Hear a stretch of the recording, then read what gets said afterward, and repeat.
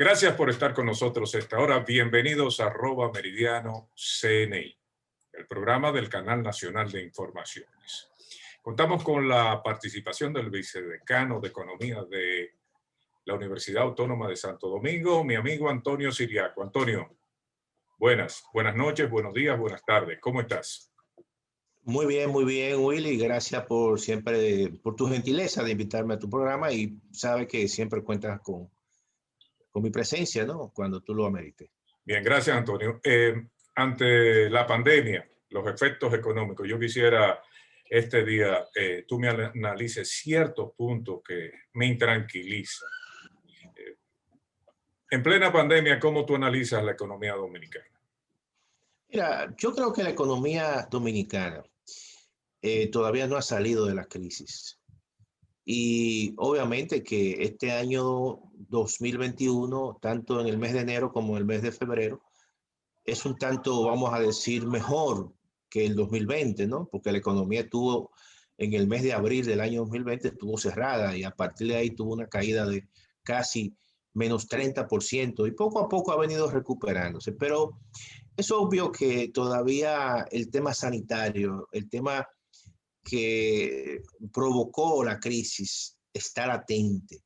Y hasta que no exista vamos a decir, un plan nacional de vacunación que realmente se haga efectivo, porque hasta ahora son anuncios y hasta ahora se había dicho que ese plan iba a comenzar masivamente en el mes de marzo y todo parece indicar que no va a comenzar.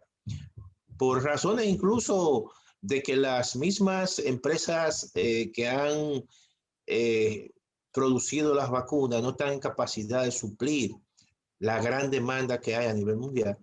Entonces yo creo que nosotros vamos a estar supeditados todavía gran parte de este año. La economía estará supeditada al proceso de vacunación. Eso. Exacto. Nosotros, modestia aparte, fuimos los primeros en anunciar, en dudar que llegaran las cuotas de vacunas establecidas debido a que las dos principales suplidoras del gobierno dominicano, según anunció el presidente, una AstraZeneca, tiene problemas de llenar su cuota en Europa. Inclusive tiene posibles demandas por parte de la Unión Europea. Claro. Y Pfizer, que es la vacuna más solicitada en el mundo, también tiene problemas de abastecimiento tanto en Estados Unidos como en Europa. Entonces sería un eufemismo pensar que si Pfizer se comprometió a 25,000 cuotas en su primera entrega a República Dominicana, la va a cumplir. Tal vez entren 2 o 3 Pfizer por el COVAX, el sistema de el sistema de Naciones Unidas. Pero no en grandes cantidades. No, eso va a ser así. Y eso, este año posiblemente, si va a haber un proceso masivo de vacunación, eso sería a partir de junio. Pero definitivamente en estos primeros 3 meses o a partir de marzo, como se anunció, no es verdad que va a haber un proceso de vacunación. El único país que tenga capacidad de producir masivamente las vacunas ahora mismo, y lo está haciendo, es China. Y aquí, evidentemente, las relaciones con China están totalmente frías por la misma política exterior del gobierno actual, en el sentido de que, bueno, pensaron que el presidente Trump se iba a mantener en el poder y entonces aceptaron todo la propuesta de Pompeo. Total, perdió Trump, entonces parece que las cosas han cambiado. Pero explícame algo, ¿cómo puede recuperarse la economía? Yo soy escéptico sobre el tema, sin turismo, porque tú has visto en este mes de enero cómo Estados Unidos restringe la entrada de dominicanos y de personas que viven aquí, exigiéndole prueba PCR y una serie de medidas cautelares para prevenir que entren personas con el virus, a pesar de que es el país con más virus en el mundo. Por otro lado, Canadá, y te menciono Estados Unidos y Canadá, sí. Porque en términos reales, Canadá es el principal. Nosotros recibimos más canadienses que otra cosa. Porque tú vas a decir, estadísticamente los Estados Unidos son la principal fuente, pero dentro de Estados Unidos hay una cantidad enorme de dominicanos que viajan aquí. Y hay dominicanos que no son, que así mismo aparecen en las estadísticas de turismo que hace el Banco Central. Aparecen dominicanos residentes y dominicanos no residentes que vienen desde los Estados Unidos. Por Entonces, lo tanto, cuando tú descuentas eso, es como tú dices, los que más vienen a la República Dominicana en términos netos, extranjeros, son los canadienses. sí, Y entonces tú te vas a Europa y te encuentras con Inglaterra, España, Francia, Alemania, Alemania e Italia con una crisis sanitaria enorme, donde sin todavía precedentes. hay toques de queda y restricciones Claro. para los ciudadanos. ¿De dónde van a venir los turistas? Mira, Willy, te voy a decir lo siguiente. Tú has dado en la diana. Esa es una de las razones por la cual no es verdad que la economía dominicana se va a recuperar. Cuando tú escuchas al gobernador del Banco Central hablar que este año la economía va a crecer un 6%, yo he dicho que él se le está jugando ahí. Oye, él no va a quedar bien. Oye, que te lo estoy diciendo. Sí. Él no va a quedar bien, porque él tradicionalmente lo que ha hecho es sencillamente crear siempre todo un optimismo, en muchos casos que no es real. No es verdad que con un sector turismo que no va a crecer este año, que seguirá todavía prácticamente desplomado. No es verdad que la economía dominicana se va a recuperar y va a crecer un 6%. Oye, cuando la economía crecía un 6% en tiempos pre-COVID, eran tiempos normales, pero déjame decirte lo siguiente, el turismo en la República Dominicana directamente representa el 7% del PIB, pero indirectamente, cuando tú sumas los demás encadenamientos que tiene el sector turismo, ¿tú Sobre, sabes cuánto representa? sobre El 20%. eh, El 20%. es Y tú, una quinta parte de la economía dominicana. claro, de la economía dominicana. Y no solamente eso, Willy. ¿Tú sabes cuánto dejó de percibir la República Dominicana por el impacto negativo de la cantidad de turistas que dejaron de venir a la República Dominicana? Que dejaron de venir prácticamente más de 3 millones de turistas y que un turismo en su pleno auge generó en el año 2019 7.600 millones de dólares. Y en el año 2020 apenas generó 3.600 millones de dólares. O sea, eso es imposible hablar en la República Dominicana, que el 2021 será un año de una recuperación tal, como dice el Banco Central, que la economía va a terminar con un crecimiento de un 6%. Oye, los organismos internacionales, que en muchos casos también son optimistas, el Banco Mundial, ¿cuánto te dice que va a crecer la economía dominicana? 4.8. La CEPAL, ¿cuánto te dice? 5 puntos y algo, por lo menos. El mismo Fondo Monetario Internacional te dice de una cifra alrededor de un 5. Eso es mucho Con, más moderado. con respecto al 2020, para los que no entienden Claro, de la tabla de crecimiento, pero claro. explícame algo. En la UAS se ha examinado, porque todavía falta un trimestre, me imagino, Claro, en el claro. próximo mes, ¿cuánto creció la economía, cuánto decreció la economía dominicana en el 2020? No, oye, yo hice ese cálculo. ¿Y qué te dio? Y ese cálculo te habla de que el crecimiento fue de -6.9. -6.9. Eh, Oye bien, pero ¿qué ocurre? ¿Qué ocurre? Ese es el nivel de crecimiento, pero la contracción, tú tienes que partir de que la economía se proyectó que iba a crecer un 5%, de manera que la contracción fue 5% más 6% negativo. Estamos hablando de -11%. Yo sostuve Esa es la aquí, realidad, que aquí, porque aquí se que aquí utilizan. vamos a tener cifras negativas de doble dígito, yo digo. Sí, así fue, así es, así es, así es. Lo que ocurre es que como la economía dominicana venía de un crecimiento alto positivo, borró ese crecimiento y entonces cayó en el nivel negativo. Por lo tanto, tú tienes que sumar ese nivel positivo. 5 más 6 son -11, fue una caída de -11%, de 11%. Pero Por eso lo es una tanto, de, Siriaco, eso es una de las tres patas de generadores de divisas de la República Dominicana. Sorprendentemente, las estadísticas del Banco Central indican que, bueno, que este año llegaron más remesas a República Dominicana a pesar de la crisis económica que azota a los Estados Unidos producto de la pandemia y la crisis que afecta a Europa, especialmente España, que es generadora de divisas para nosotros. ¿Cómo tú analizas eso de Mira, la cantidad de divisas? En el caso de las remesas, hay que también acotar lo siguiente. El 74% de las remesas que vienen a la República Dominicana vienen de territorio, o sea, de la diáspora dominicana que estén en territorio americano. Entonces, en Estados Unidos se dio algo muy particular. El presidente Trump, en medio de una campaña para agenciarse votos, incrementó las ayudas a los hogares prácticamente vulnerables de $600 por persona a $1,250. Y dijo que aquellas personas que tuvieran un dependiente menor de 15 años le daban $500 adicionales. Entonces, eso favoreció que, como muchos dominicanos están recibiendo ayuda del gobierno, muchos de esos dominicanos, obviamente, que también le enviaron gran parte de esas ayudas a sus familiares aquí como remesa.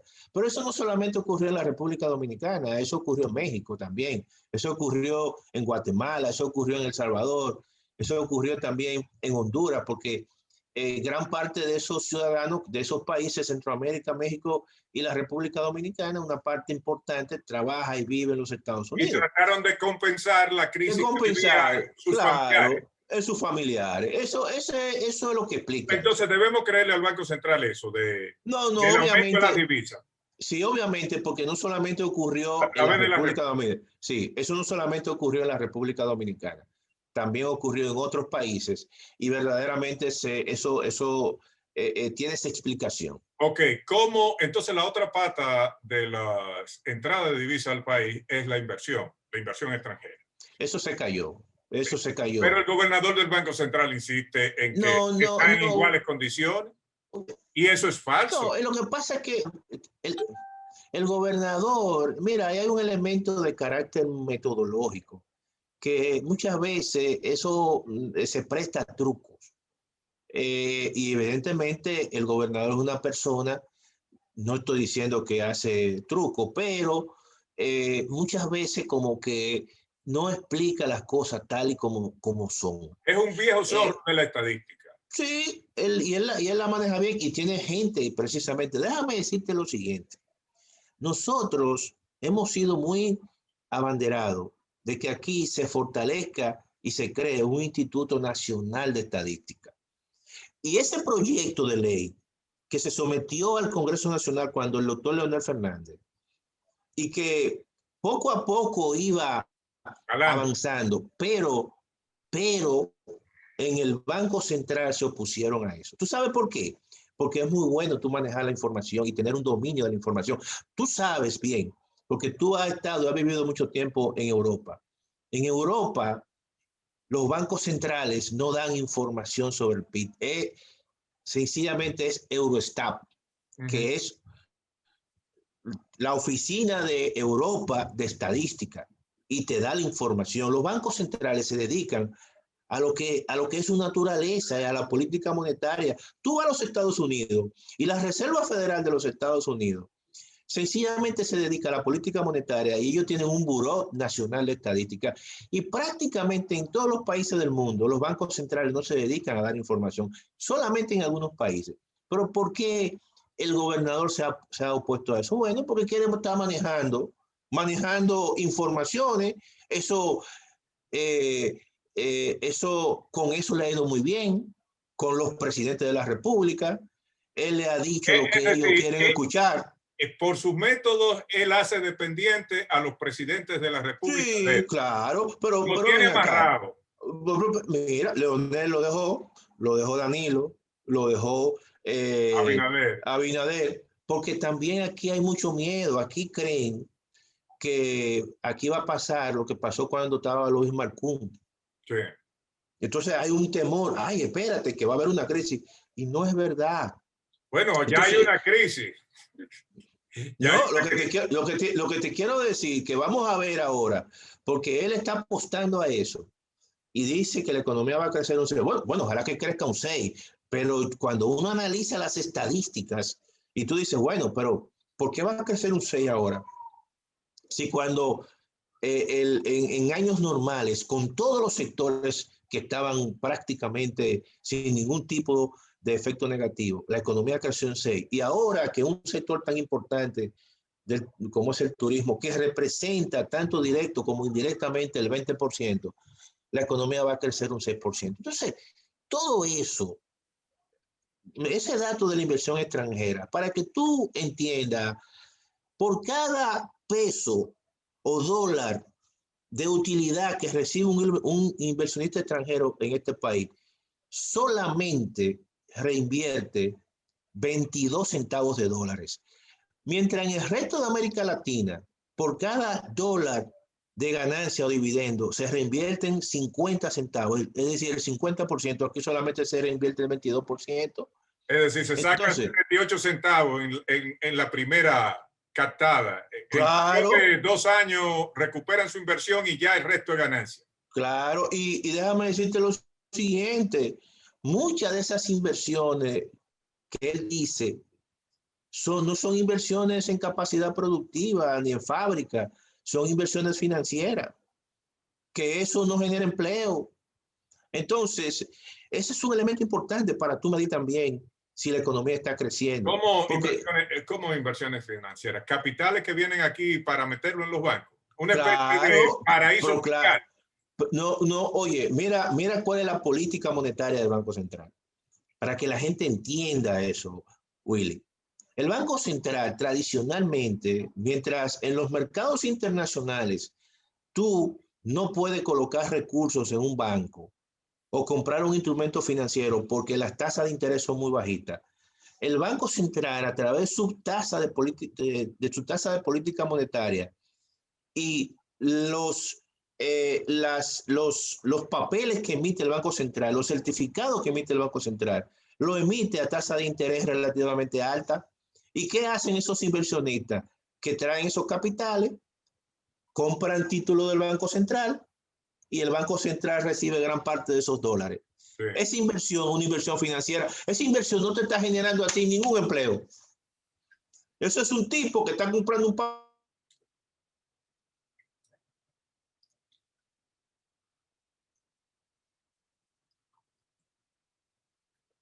Parece que a Siriaco se le fue la... y eso se registra como una inversión extranjera. Sí. Entonces, Siriaco, dejemos a un lado la inversión extranjera. Tocamos levemente las tres generadoras de dólares para el país. Sí. La última conversación que tuvimos nosotros, hablábamos de deuda y PIB. Eso ha llovido mucho y se ha cogido muchos cuartos prestados. ¿Por dónde andamos ahora mismo? ¿Tú has hecho algún estudio sobre el particular? Pero este año posiblemente nosotros ya rebasemos el 70% del PIB. El año pasado, al mes de diciembre, la deuda pública quedó en 68.8% del PIB. ¿Y la consolidada? Sí, esa es la consolidada, Okay. incluyendo al Banco Central. Pero no la eléctrica, ¿verdad? No, ahí no está. No le mete la eléctrica. No, es mucho mayor. Y te estoy diciendo que el PIB en dólares en la República Dominicana, el PIB en dólares, es alrededor, con la crisis se achicó y es alrededor y quedó en 76.000 millones de dólares. Lo que produce entonces, la sociedad en bienes y servicios. En bienes y servicios, correcto. Entonces, la deuda pública es el 68% de esos 76 mil millones de dólares. Entonces, oye, eso es grave. Eso es grave porque no hay este año posiblemente la deuda sigue incrementándose porque las recaudaciones del gobierno se desplomaron, Willy. Sí. Las recaudaciones del gobierno, para que tú tengas una idea, y el público que ve tu programa. El año pasado, el gobierno, por ejemplo, de Danilo Medina, en el presupuesto inicial, estimó un ingreso que el Estado iba a recibir en 795.000 millones de pesos. Viene la pandemia, que se expresa prácticamente a mediados del mes de marzo, pero con mayor intensidad en abril.